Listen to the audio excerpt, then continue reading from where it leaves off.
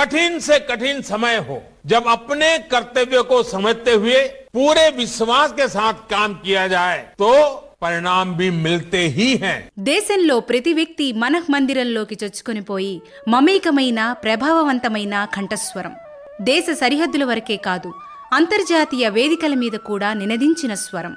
మనుషుల మనసులను నేరుగా చేరుకొని సంభాషణ జరపగలగటం అనేది అందరికీ సాధ్యపడే విషయం కాదు. కానీ మన ప్రధానమంత్రి మాట్లాడితే సమస్యల పట్ల, దేశం పట్ల ఆయనకు కల అచంచలమైన నిష్టను సంభాషణలో నింపుతుంది. ఆయన మాటల్లో ఎటువంటి ప్రస్తావన లేదు, ఏ ఒక్కరి పట్ల వేడుకోలు లేదు. స్వతహాగా స్వంత భావనతో ముందుకు రావడం వల్లే ఆయన స్వరాన్ని విని ప్రజలు ఆకర్షితులవుతారు. ప్రధానమంత్రి నరేంద్ర మోదీ జీవితయాత్ర ప్రజాస్వామ్యం గల శక్తికి ఒక మంచి ఉదాహరణ. కేవలం ప్రజాస్వామ్యంలో అంతర్గతంగా ఉన్న శక్తి కారణంగానే గుజరాత్లో ఒక సామాన్య కుటుంబానికి చెందిన వ్యక్తి ఈరోజు దేశ శిఖరాగ్రాన్ని అధిరోహించి దేశాన్ని నడపగలుగుతున్నారు. నరేంద్ర మోదీ దేశభక్తికి, అత్యంత కఠినమైన శ్రమకు ఒక ఉదాహరణ. ఎటువంటి ప్రతికూల పరిస్థితుల్లోనైనా తన ధైర్యాన్ని, స్థైర్యాన్ని కోల్పోని ఒక వ్యక్తిత్వాన్ని ప్రతిఫలిస్తుంది ఆయన జీవితం. గుజరాత్ ముఖ్యమంత్రిగా ప్రజల జీవితాల్లో పరివర్తనను తీసుకొచ్చేందుకు ఆయన చేసిన కృషి అమోఘం. ఈ ప్రయాణంలో 8 సంవత్సరాల క్రితం అప్పటి భారతీయ జనతా పార్టీ అధ్యక్షులు రాజ్నాథ్ సింగ్ నరేంద్ర మోదీ పేరును ప్రధానమంత్రి అభ్యర్థిగా ప్రకటించడాన్ని గుర్తు చేసుకుందాం. संसदीय दल ने यह फैसला किया है कि श्री नरेंद्र मोदी को आगामी लोकसभा चुनाव के लिए प्राइम मिनिस्ट्रियल कैंडिडेट के रूप में प्रोजेक्ट किया जाए. భారతీయ జనతా పార్టీ ఈ విషయంలో తీసుకున్న నిర్ణయం ఎంత సరైనదో 2014 ఎన్నికల ఫలితాలు రుజువు చేశాయి. నరేంద్ర మోదీ నేతృత్వంలో భారతీయ జనతా పార్టీకి లోక్సభ ఎన్నికల్లో పూర్తి మెజారిటీ లభించింది. భారతీయ ప్రజాస్వామ్య చరిత్రలో 30 ఏళ్ల తరువాత ఒక పార్టీకి పూర్తి మద్దతు లభించిన ఘట్టం మరోసారి గోచరమైంది. దీనికి ప్రధాన కారణం గుజరాత్ ముఖ్యమంత్రిగా నరేంద్ర మోదీ చేసిన కృషి ఫలితాలు క్షేత్రస్థాయిలో కనిపించడం. मैं नरेंद्र दामोदर दास मोदी ईश्वर की शपथ लेता हूं कि मैं विधि द्वारा स्थापित भारत के संविधान के प्रति सच्ची श्रद्धा और निष्ठा रखूंगा. జీవితంలో ఎదురయ్యే సవాళ్లను, రాజకీయాల్లో ప్రతికూల పరిస్థితులను ఏ విధంగా ఎదుర్కోవాలి, లక్ష్యం మీద దృష్టి కేంద్రీకృతం చేసి ముందుకు సాగాలి అనే లోతైన పాఠాన్ని నేర్పిస్తుంది ప్రధానమంత్రి నరేంద్ర మోదీ వ్యక్తిత్వం. ఈ వ్యక్తిత్వానికి పునాది ఆయన స్వయం సేవక్ సంఘ్లో ఉన్ననాడే పడింది. ఆ అనుబంధమే ఆయనకు దేశం పట్ల అంకితభావం, కొత్త ఆలోచన, కొత్త ఉత్సాహాన్ని ఇచ్చాయి. పేదవారు, రైతులు, మహిళలు, సైనికుల కోసం పనిచేసే అపారమైన, అపరిమితమైన శక్తినిచ్చింది. అందువల్ల నరేంద్ర మోదీ తీసుకునే ప్రతి నిర్ణయంలో కూడా పేదల పట్ల సహానుభూతి, వారి కన్నీళ్లు తుడవాలన్న తపన, దేశం పట్ల విపరీతమైన ప్రేమ స్పష్టంగా కనిపిస్తాయి. जान हथेली पर लेकर के दुश्मनों की छाती पे गोलियां दागने के लिए मां के पैर छू करके जो सीमा पर जाता है, यूनिफॉर्म पहन करके दिन रात ड्यूटी करता है, उसकी आंखें दिन रात दुश्मन को तलाशती रहती है. क्या ये भूखा मर रहा है इसलिए कर रहा है? पेट की खातिर लोग सेना में जाते हैं. अरे वो रोटी खानी है तो पत्थर पे लात मार करके रोटी कमा सकता है, वो तो गोली खाने के लिए जाता है, मां भारती के लिए जाता है. మన దేశం స్వాతంత్ర్యం సాధించి 75 సంవత్సరాలు పూర్తి చేసుకుంటున్న ఈ మధ్యకాలంలో వచ్చిన ఒక తరం స్వాతంత్ర సంగ్రామంలో విజయగాథలను కేవలం పుస్తకాల్లోనే చదివింది. కానీ ఈ పోరాటంలో శ్రమించి అసూలు బాసిన అనేక మంది అనామక నాయకుల గురించి, స్వాతంత్ర పోరాటానికి మూలాలైన విలువల గురించి వారికి ఏమాత్రం అవగాహన లేదు.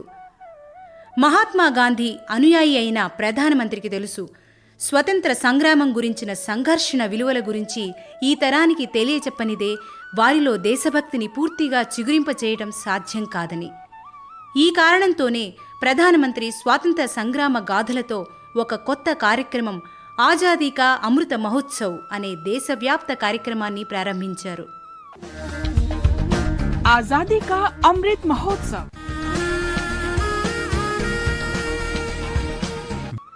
విపత్కర పరిస్థితుల్లో మహావీరులు శూరులు కూడా కదిలిపోతారు, కుంగిపోతారు. కానీ మన ప్రధాని వ్యక్తిత్వమే వేరు. కోవిడ్ మహమ్మారితో ప్రపంచం మొత్తం అతలాకుతలం అవుతోంది. మహమ్మారిని నిరోధించే వ్యాక్సినేషన్ విషయంలో అభివృద్ధి చెందిన దేశాలు కూడా ఇప్పటికీ తీవ్ర సందిగ్ధంలో ఉన్నాయి.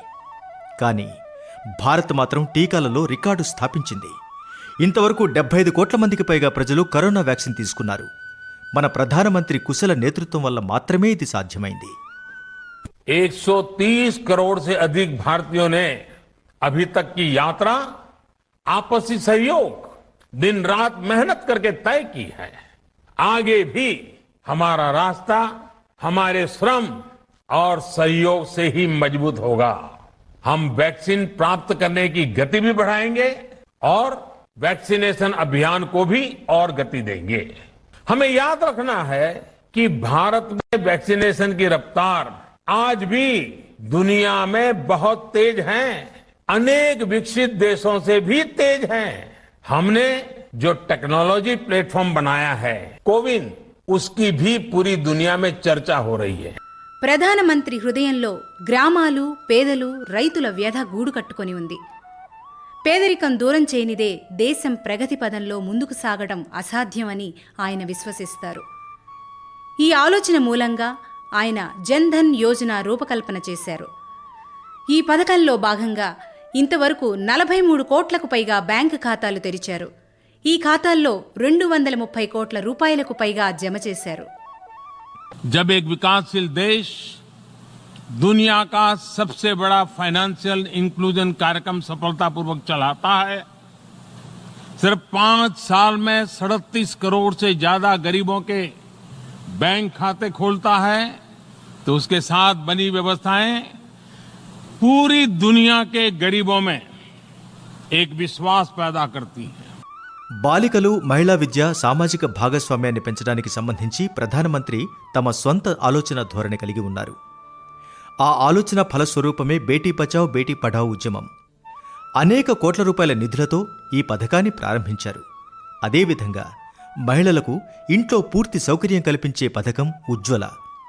ఎన్నో ఏళ్లుగా పొగలో, ధూళిలో మగ్గిపోతున్న మహిళలకు ఆహ్లాదకరమైన జీవితాన్నిచ్చేందుకు ప్రధానమంత్రి ఈ పథకాన్ని రూపొందించారు. ఈ పథకం కింద ఇంతవరకు 8 కోట్ల మందికి పైగా మహిళలకు వంట గ్యాస్ కనెక్షన్లు ఇవ్వటం అనేది సామాన్యమైన విషయం కాదు. ఈ పథకాన్ని ప్రారంభించినప్పుడు ప్రధానమంత్రి అన్న మాటలు ఈనాటికి చిరస్మరణీయమే, అక్షర సత్యాలే. जब लकड़ी के चूल्हे से खाना पकाती है तो वैज्ञानिकों का कहना है एक दिवस में उसके शरीर में 400 सिगारेट का धुआं चला जाता है. 400 सिगारेट का. बच्चे घर में होते हैं और इसलिए उनको भी धुएं में ही गुजारा करना पड़ता है. खाना भी खाते हैं तो धुआं ही धुआं होता है, आंख से पानी निकलता है और वो खाना खाता है. मैंने तो ये सारी हाल बचपन में मैं जी चुका हूं. मां लकड़ी का चूल्हा जला करके खाना पकाती थी. कभी कभी तो धुआं इतना होता था कि मां खाना परोस रही हो लेकिन हम मां को देख नहीं पाते थे. ऐसे धुएं में बचपन में खाना खाते थे. और इसलिए मैं उन माताओं की पीड़ा को, उन बच्चों की पीड़ा को भली भांति अनुभव करके आया हूं. 2022 సంవత్సరం నాటికి తలపైన కప్పు లేకుండా, ఆశ్రయం లేకుండా ఏ ఒక్క పౌరుడు ఉండకూడదన్నది ప్రధానమంత్రి అభిలాష. అందువల్ల ప్రధానమంత్రి ఆవాస్ యోజనను మరింత వేగవంతంగా అమలు చేస్తున్నారు. ఈ పథకం కింద దేశవ్యాప్తంగా లక్షలాది మంది పేదలకు తమ స్వంత ఇళ్లను అప్పగించడం జరిగింది. 2022 నాటికి దేశంలో రైతుల ఆదాయం రెట్టింపు కావాలన్నది కూడా ప్రధానమంత్రి నరేంద్ర మోదీ స్వప్నం. ఈ కలను సాకారం చేసేందుకు ఆయన స్వయంగా అనేక వేదికలపై నడుం బిగించి శ్రమిస్తున్నారు. రైతులకు సహాయపడేందుకు మోదీ ప్రభుత్వం కిసాన్ క్రెడిట్ కార్డ్, కిసాన్ సమ్మాన్ నిధి ద్వారా వారి జీవితాల్లో పరివర్తన తీసుకురావడంలో కీలక పాత్ర పోషిస్తోంది. लाल बहादुर शास्त्री जी ने जय जवान जय किसान कहा था, उसी मंत्र को आज इतने सालों के बाद किसान के खेत तक, किसान के घर तक, किसान के जेब तक अगर उतारने का काम हो रहा है तो आज के इस पवित्र दिवस पे हो रहा है।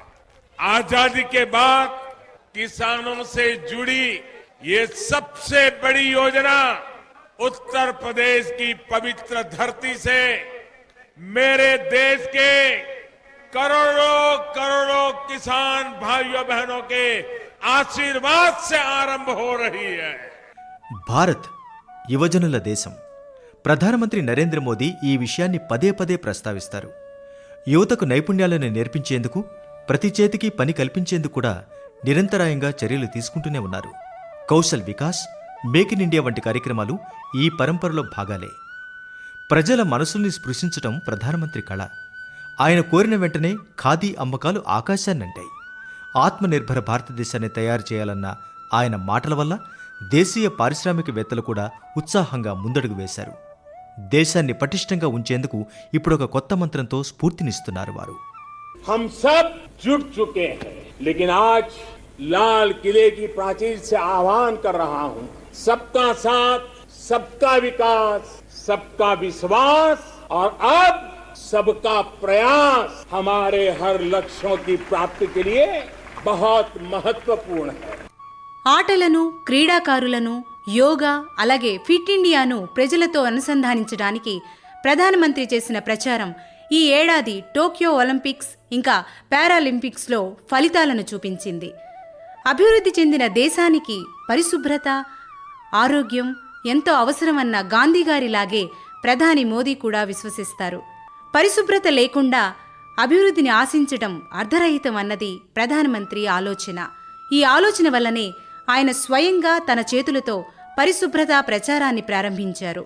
పరిశుభ్రతను జాతీయ ప్రచారంగా మార్చడమే కాకుండా ఎర్రకోట వేదిక నుండి మరుగుదొడ్ల విప్లవం గురించి విజ్ఞప్తి చేసిన మొట్టమొదటి ప్రధానమంత్రి మోదీ. గంగా నదిపై ఆయనకున్న అచంచలమైన భక్తికి ప్రతీక గంగా పరిశుభ్రతకు ఆయన అంకితం చేసిన నమామి గంగే పథకం.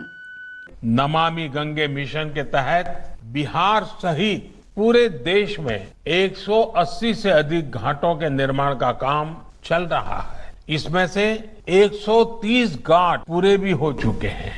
देश में गंगा किनारे कई जगहों पर आधुनिक सुविधाओं से युक्त रिवर फ्रंट पर भी काम तेजी से चल रहा है. पटना में तो रिवर फ्रंट का प्रोजेक्ट पूरा हो चुका है. मुजफ्फरपुर में भी ऐसा ही रिवर फ्रंट बनाने की परियोजना का शिलान्यास किया गया है.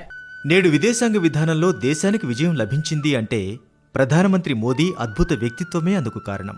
చైనా మోసపూరిత విధానాలకు పోటీగా మన దేశానికి America, Japan, Russia, France, Britain, దక్షిణాసియా దేశాల మద్దతు లభించడం చిన్న విషయం ఏమీ కాదు.